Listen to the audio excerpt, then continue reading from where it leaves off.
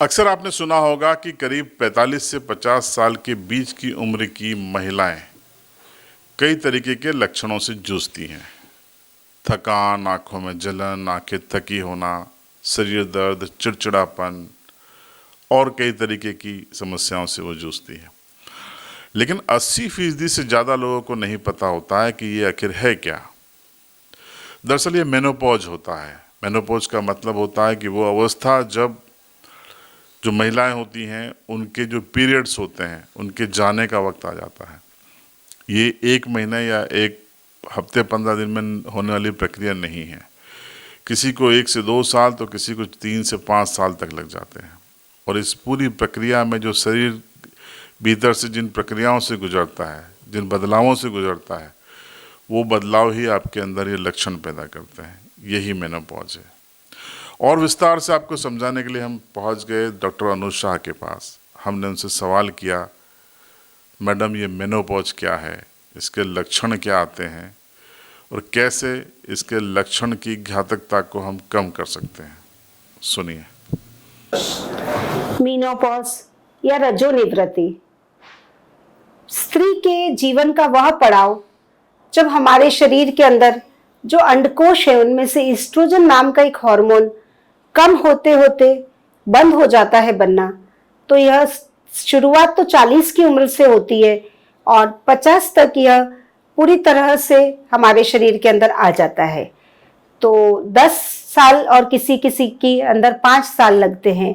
तो किसी महिला के अंदर तो यह बहुत इजीली हो जाता है और किसी महिला के लिए बहुत कष्टकारी होता है। तो यह जो मीनोपॉज है यह हमारे पूरे शरीर पर असर डालता है।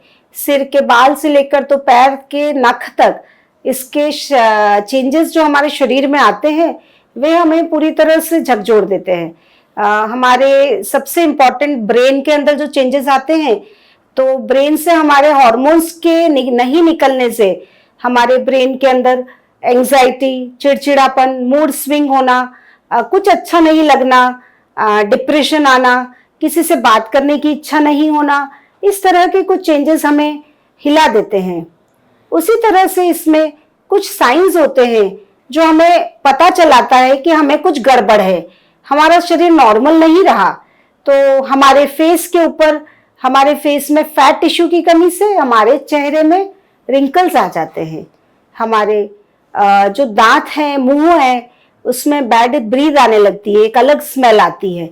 मसूड़े अंदर की तरफ धंस जाते हैं, दांतों के अंदर कैविटी आने लगती है और हमारा चेहरा भी पहले से पतला हो जाता है। थायराइड ग्रंथि के अंदर, इसके अंदर हाइपोथायरॉयडिज्म भी हो सकता है और कभी कभी हाइपर भी हो जाता है।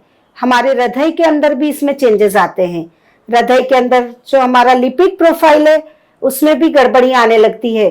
स्त्री का शरीर ऐसे तो 100 वर्ष तक कुछ नहीं होता है उससे, क्योंकि ईस्ट्रोजन उसके अंदर होता है। मैं सभी महिलाओं को बोलती हूँ कि तुम अपनी चिंता मत करो, स्त्री तो 100 वर्ष तक जीती है क्योंकि उसको भगवान ने ऐसी दिव्य शक्ति ईस्ट्रोजन के रूप में दी है। लेकिन मीनोपॉज होने के बाद 50 वर्ष के बाद वह भी पुरुष की तरह हो जाता है। ईस्ट्रोजन की कमी से लिपिड प्रोफाइल डिस्टर्ब हो जाते हैं, उसकी वजह से हमें भी अटैक आने का या स्ट्रोक आने का चांसेस रहता है। बोन्स के अंदर जो हमारी हड्डियां हैं उनमें भी कुछ चेंजेस आते हैं। हमें बोन्स में दर्द होने लगता है। हड्डियों के अंदर कैल्शियम का डिपॉजिट कम होने की वजह से हड्डियां ब्रिटल हो जाती हैं। ऑस्टियोपोरोसिस की वजह से वे टूट सकती हैं इजीली। और बोन्स के अंदर जो दर्द होता है हमें, और पैरों के अंदर भी क्रैम्प आने लगते हैं और हील्स के अंदर एक स्पर आ जाता है कैल्शियम की वजह से। तो ये जो चेंजेस होते हैं ये हमें परेशान करते रहते हैं। तो अगर आप मेनोपॉज से कोई महिला जूझ रही है तो आखिर उसका उपचार क्या है? क्या उपचार से ये स्थिति सुधर जाती है? सुनिए डॉक्टर अनुज शाह को। तो इस तरह के चेंजेस जब हमारे अंदर आए और हमें परेशान करें तो हमें शर्माना नहीं है, छुपना नहीं है, छुपाना नहीं है। इसका ट्रीटमेंट है और इससे संबंधित डॉक्टर्स को हमें दिखाना है। तो जो ये चेंजेस आते हैं उनके अंदर सबसे इम्पॉर्टेंट होता है कि अगर हमें ब्रेन से संबंधित चेंजेस हैं तो हमें ट्रीटमेंट के अंदर क्या लेना चाहिए। तो चेंजेस तो हमें पता चल गए, तो अब ट्रीटमेंट कैसे करें। अगर हमें ब्रेन से संबंधित ट्रीटमेंट की जरूरत है तो हम एंटी डिप्रेसेंट गोली खा सकते हैं, या हमें हॉर्मोन्स का रिप्लेसमेंट थेरेपी भी दिया जा सकता है अगर चेंजेस ज़्यादा हो तो। और अब हम ट्रीटमेंट पार्ट पर देखते हैं इसके, तो बहुत ही सुंदर इसका ट्रीटमेंट हमारे पास अवेलेबल है। जो प्राकृतिक रूप से आया है उसमें तो हमें एडजस्टमेंट्स ही करने हैं, लेकिन अपनी लाइफस्टाइल कुछ तरह से चेंज ऐसे करेंगे हम कि हमारी लाइफस्टाइल बदलने से ही हमारी काफी समस्याओं का समाधान हो जाएगा। मीनोपॉज में सबसे ज्यादा हमें जैसे हॉट फ्लशेस परेशान करते होंगे, तो हम सबसे पहले मेडिटेशन करेंगे, मूड स्विंग्स ठीक हो जाते हैं इससे। रिलैक्सेशन एक्सरसाइज करेंगे, अपनी ब्रीदिंग पर फोकस करेंगे, लंबी गहरी सांसें लेंगे, इससे काफी हद तक हमारा चिड़चिड़ापन ठीक हो जाएगा। हमारे पार्टनर को भी बताएंगे कि हमारा ये मीनोपॉज चल रहा है, तो वह भी हमारे साथ थोड़ी नरमी बरते, हमें सपोर्ट करे। फैमिली के सभी मेंबर्स को हम अपने आप की स्थिति बताते हुए सपोर्ट के लिए कभी भी मांगने में कतराना नहीं है। दूसरा सबसे इंपॉर्टेंट है एक्सरसाइज।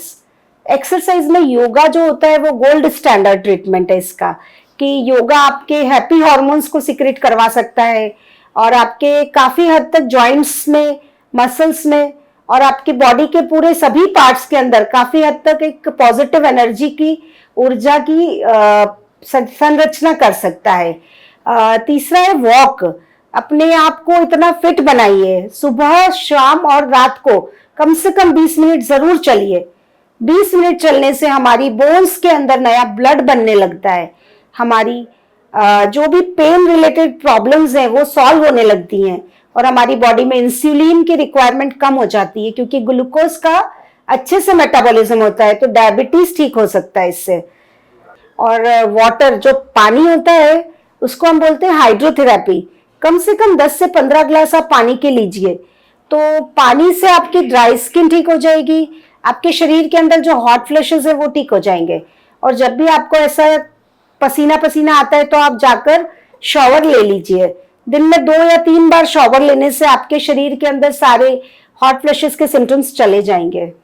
हमें अपना भोजन दवा की तरह खाना चाहिए, ताकि हमें जिंदगी भर दवा नहीं खानी पड़े भोजन की तरह। तो डाइट हमारी थाली से चालू होता है। इंडियन थाली, जो मम्मी और नानी और दादी ये जो थाली हमें बना के देती थी, इसके अंदर सबसे ज्यादा फाइटोएस्ट्रोजेंस होते हैं, एक ऐसा तत्व जो एस्ट्रोजन को रिजेंबल करता है। तो हमेशा कोशिश करना कि हम इंडियन फूड ही खाएं, क्योंकि इंडियन फूड एक संपूर्ण डाइट है। दूसरा, हमें कैल्शियम के रूप में सप्लीमेंट्स, तो मैं ऐसा मानती हूँ कि डाइट से जो सप्लीमेंट मिलता है वो सबसे अच्छा होता है। तो हम 1 लीटर दूध को कंज्यूम करें, चाहे वो किसी भी फॉर्म में करें, क्योंकि इस उम्र में दूध ज्यादा भाता नहीं है, तो दही के रूप में या पनीर के रूप में ले सकते हैं दूध। ड्राई फ्रूट्स हम ले सकते हैं, लेकिन उसे लेने का एक तरीका होता है, रात को भिगोकर सुबह धोकर ही लेने का है। तो उम्मीद है अब आप समझ गए होंगे कि मेनोपॉज क्या है। ये एक अवेयरनेस वीडियो है Sunday health show CB live का, जिसमें हम आपको हर अलग अलग बीमारी के बारे में हर रविवार को बताते हैं। आज हमने आपको मेनोपॉज के बारे में बताया। अगले संडे को फिर कोई नई बीमारी, डिजीज़ के साथ आपको एक एक्सपर्ट डॉक्टर की राय हम आपको बताएंगे। बने रहिए आप सीबी लाइव के साथ। और अगर आप महिला हैं या पुरुष भी हों, जनहित में इस वीडियो को शेयर ज़रूर कीजिए, ताकि महिलाओं को इसका लाभ मिल सके।